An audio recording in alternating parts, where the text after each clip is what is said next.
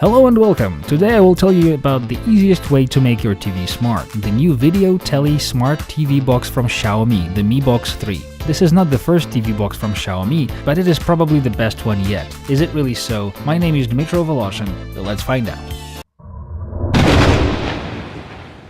A smart TV box is a better choice than a combined smart TV in my opinion. TVs mostly last for 4 to 6 years, and the smart part of such a TV will be seriously outdated within that period. The TV box, from the other hand, can be replaced if the performance is not satisfactory or can give you the interface and the features you want and still choose a TV brand for its picture quality. Xiaomi Mi Box 3 is very small, thin and matte. It's only available in black. On the front there is a hardly noticeable transparent cover for the IR receiver, a round rubber foot on the bottom, a nice Mi logo on the top, on the back a USB 2.0 port and a 3.5mm analog video and audio out and a power socket. You can use the AV out to feed the audio to a separate set of speakers if the TV speakers just don't cut it for you and you don't use any sort of a receiver with HDMI through. The HDMI 2.0 means true 4K 2160p at 60 frames per second. This is important and quite unique. The 4K 60p YouTube, here I come.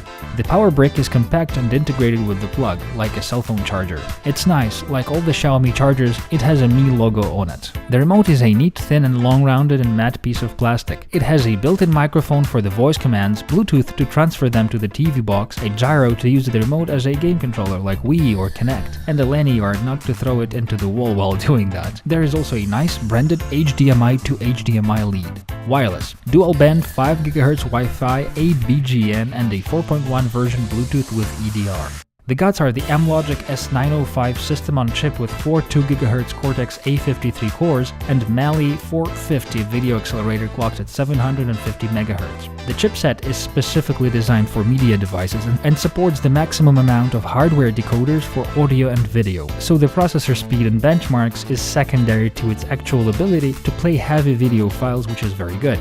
There are 4 gigs of storage and 1 gig of RAM.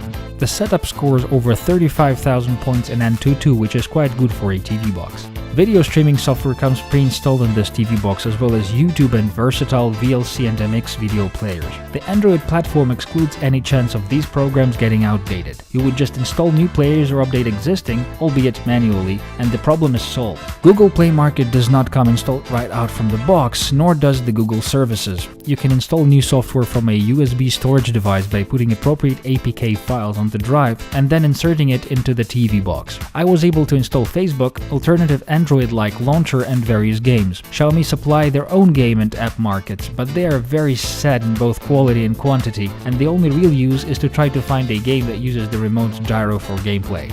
The amount of built-in memory is suitable for the software, but not for the movies, so it's implied that you would either stream video from the internet or use a USB drive to play the videos right from it. The USB 2.0 is enough, even for the largest bitrate videos so far, but it is getting to its limit. Wi-Fi though is very fast and should not bottleneck any kind of streaming.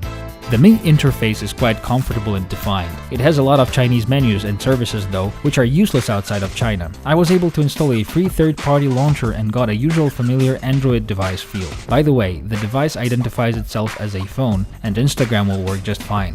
The TV box automatically downloads its firmware updates via the Wi-Fi, which is good. It takes about 5 minutes to upgrade. The built-in Bluetooth allows to connect wireless headphones, a joystick like this Xiaomi one, a cell phone as a remote control, and the supply remote control. A separate smartphone app allows to stream the screen of the device to the TV box via Wi-Fi to watch video and pictures. Works quite well.